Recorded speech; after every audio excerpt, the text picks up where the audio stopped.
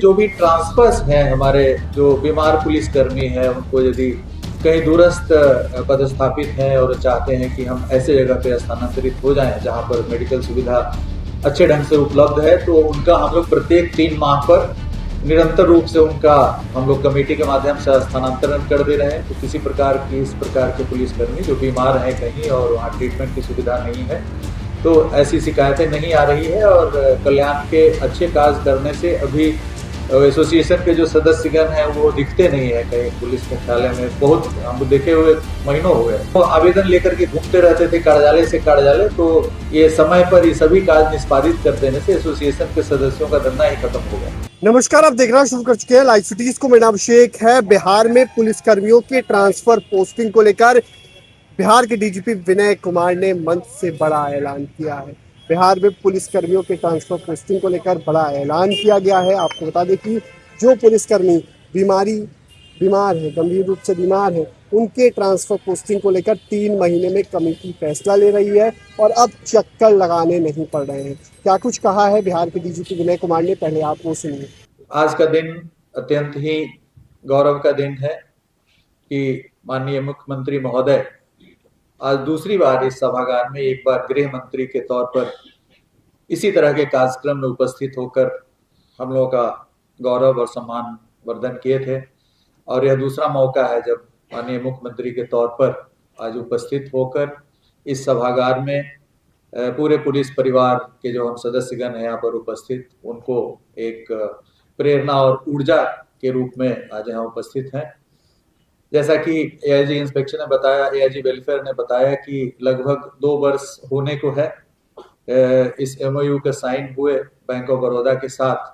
पहले जब हमारा सैलरी एसबीआई में था तो इस प्रकार का कोई सुविधा हम लोगों को नहीं मिल पा रहा था, लेकिन बाद में हम लोगों ने सभी बैंकों से बातचीत की और एक एमओयू हम लोग साइन किए। उसके बाद से अगस्त 2024 से जो भी हमारे दिवंगत पुलिसकर्मी हैं उनको अधिकतम 2.30 करोड़ तक की सुविधा मिलती है। विभिन्न प्रकार की सुविधाएं हैं इसमें, 1.5 करोड़ से लेकर के और अन्य प्रकार की सुविधाएं यदि हम लोग अधिकतम देखें तो 2.3 करोड़ तक हम लोग दे सकते हैं। विभिन्न प्रकार के जो सुविधा है उसको मिला करके आज 61 पुलिसकर्मियों को यह सुविधा दी जानी है, यह अनुदान दिया जाना है। उनके परिजन यहाँ पर उपस्थित हैं और करीब 37 करोड़ 50 लाख की राशि आज दी जाएगी चेक के माध्यम से इन सबों को। पहले बहुत ही कम राशि मिलती थी जो भी दिवंगत पुलिसकर्मी होते थे उनको, लेकिन इसके बाद से एक बड़ी ही डिसेंट राशि मिल जा रही है जिससे उनके बच्चे यदि किसी प्रकार का पेशेवर कोर्स लेना चाह रहे हैं तो उनमें भी सुविधा होगी और परिवार को एक रिहेबिलिटेट होने के लिए, पुनर्वासित होने के लिए एक अच्छी राशि मिल जा रही है। इसके अलावा हम लोग पिछले 1-1.5 वर्षों में कोशिश की है कि कल्याण के जितने सारे कार्य हैं हमारे पुलिस के, उन सबों को बड़ी तन्मयता के साथ, बड़े लगन के साथ, कटिबद्धता के साथ की जाए। जो भी मेडिकल क्लेम की राशि उनकी रहती है वो भी काफी हजारों, करीब 900 से अधिक पेंडिंग था, उसको हम लोगों ने अद्यतन किया है और अभी लगभग पेंडेंसी सुनने की जगह है। अभी हम लोगों ने कैशलेस स्कीम के लिए भी एक प्रस्ताव गृह विभाग में भेजा है कुछ दिन पहले। जैसे आप देखेंगे कि जितने सारे सीएपीएफ हैं, सीआईएसएफ, उन सब में कैशलेस ट्रीटमेंट की व्यवस्था है।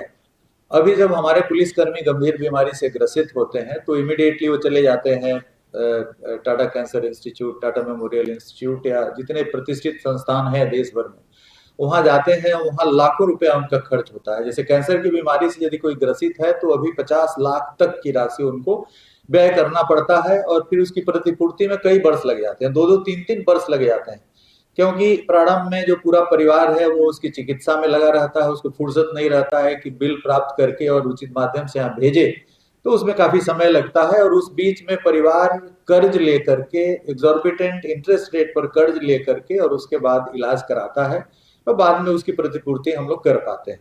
तो यदि हम लोग कैशलेस ट्रीटमेंट की ओर जाएं तो यह काफी बड़ा कल्याणकारी कदम होगा हमारे पुलिसकर्मियों के लिए। और जो पुलिसकर्मी हमारे हरनिश सेवा में लगे रहते हैं और उनका जब वो खुद ही बीमार पड़ जाते हैं, उनका परिवार एकदम पूरे अंधकारमय स्थिति में आ जाती है, तो इसका प्रस्ताव हम लोगों ने तैयार करके भेजा था। लगभग हम लोग 12 से 13 करोड़ प्रति वर्ष चिकित्सा भत्ता के तौर पे 1,000 रुपए प्रति पुलिस कर्मी हम लोग देते हैं। इसमें करीब हमारा 1,30,000 का बल है, तो लगभग 13 करोड़ की राशि हम लोग देते हैं।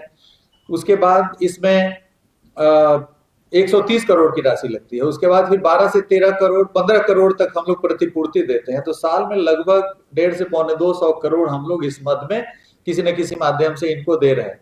तो यदि हम लोग 150 करोड़ या 100 करोड़ तक भी प्रीमियम देने के बाद यदि यह कैशलेस की सुविधा मिल जाती है तो ये काफी लाभकारी होगा। इस पर हम लोगों ने मंथन किया था। मंथन करके प्रस्ताव हम लोगों ने भेजा है 1.5 महीना पहले, जो गृह विभाग के अंदर विचाराधीन है।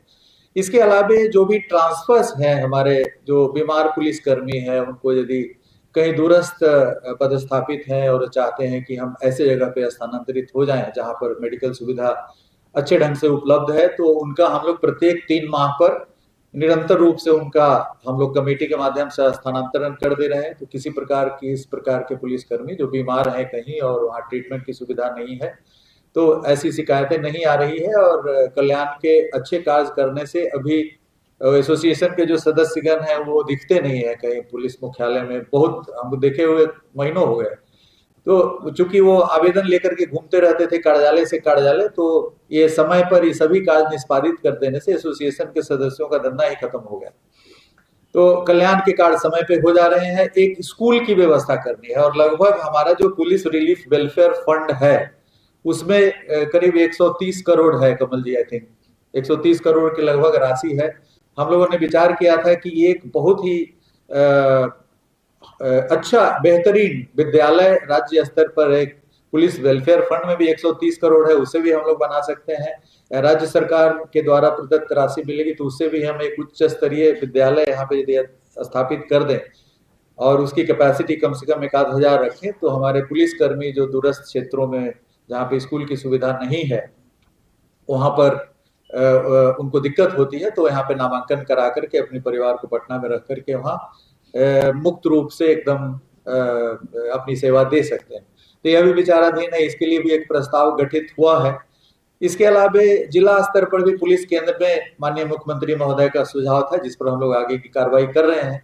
लेकिन सामान्य प्रकार का स्कूल पुलिस लाइन में खोलने से शायद उसमें बच्चे ना जाएं, क्योंकि जो हमारे सिपाही संवर्ग के भी जो कर्मी हैं वो भी अपने बच्चे को अच्छे प्राइवेट स्कूल्स में नामांकन कराते हैं। तो शायद सामान्य प्रकार के स्कूल यदि हम लाइन में प्रारंभ करें तो उसमें बच्चे ना जाएं। इसलिए जिला स्तर पर भी जो हमारा पुलिस केंद्र है उसमें एक अच्छा स्कूल कम ही कैपेसिटी का, कम क्षमता का यदि हम लोग खोल दें और 10वीं तक भी यदि स्कूल रहे तो उसमें भी काफी सहूलियत होगी हमारे पुलिस कर्मियों को, पुलिस पदाधिकारियों को। तो यह भी विचाराधीन है, इस पर भी कार्रवाई चल रही है।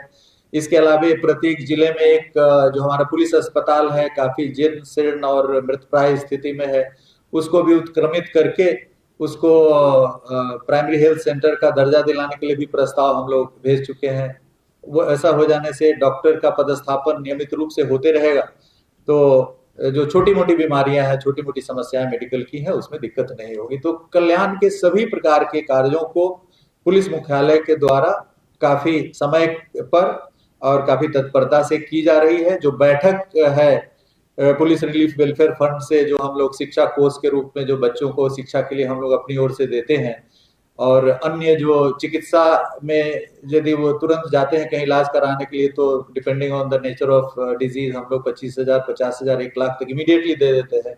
वो भी काफी तत्परता पूर्वक की जा रही है। तो कल्याण के सभी कार्य पुलिस हेडक्वार्टर के द्वारा काफी ढंग से सर की जा रही है और इसको और बेहतर बनाने के लिए हमारे सभी पदाधिकारी यहाँ पे लगे हुए हैं। और एडीजी बजट एंड वेलफेयर में कमल जी थे, कमल जी ने भी काफी मेहनत करके स्कूल का प्रस्ताव, कैशलेस ट्रीटमेंट का प्रस्ताव इन्होंने भेजा है। और आने वाले दिनों में मुझे पूरी उम्मीद है कि सर के स्तर से भी काफी अद्वितीय स्तर की रुचि ली गई है पुलिस पदाधिकारियों और कर्मियों के कल्याण के क्षेत्र में, और हमसे ज्यादा रुचि सर की रही है। चाहे स्कूल खोलना हो पुलिस केंद्र में, अस्पताल खोलना हो, या पुलिस के जो भी कार्य है उसमें माननीय मुख्यमंत्री महोदय की जो रुचि रही है उसमें हम लोग ही पिछड़ते रहे हैं। तो मैं सर आश्वासन देता हूं कि पुलिस कल्याण के लिए जो भी कार्रवाई होगी उसको हम लोग तत्परता पूर्वक करेंगे। और आज आप इस सभागार में पधार कर हम लोगों के बीच जो हम लोगों का सम्मान आपने बढ़ाया है, इससे हम लोगों के बीच एक नई ऊर्जा, नए उत्साह का संचार होगा और हम लोग बड़े लगन के साथ आने वाले दिनों में एक बेहतर पुलिसिंग में अपना योगदान दे सकेंगे। सर बहुत बहुत सर आपका धन्यवाद इस कार्यक्रम में शरीक होने के लिए। Thank you. तो आपने सुना कि बिहार के डीजीपी विनय कुमार ने क्या कुछ कहा है, किस तरीके से ट्रांसफर पोस्टिंग को लेकर बड़ा ऐलान किया है। भाई रेगुलर सिटीज के साथ हमारी यूट्यूब चैनल सब्सक्राइब करिए। धन्यवाद।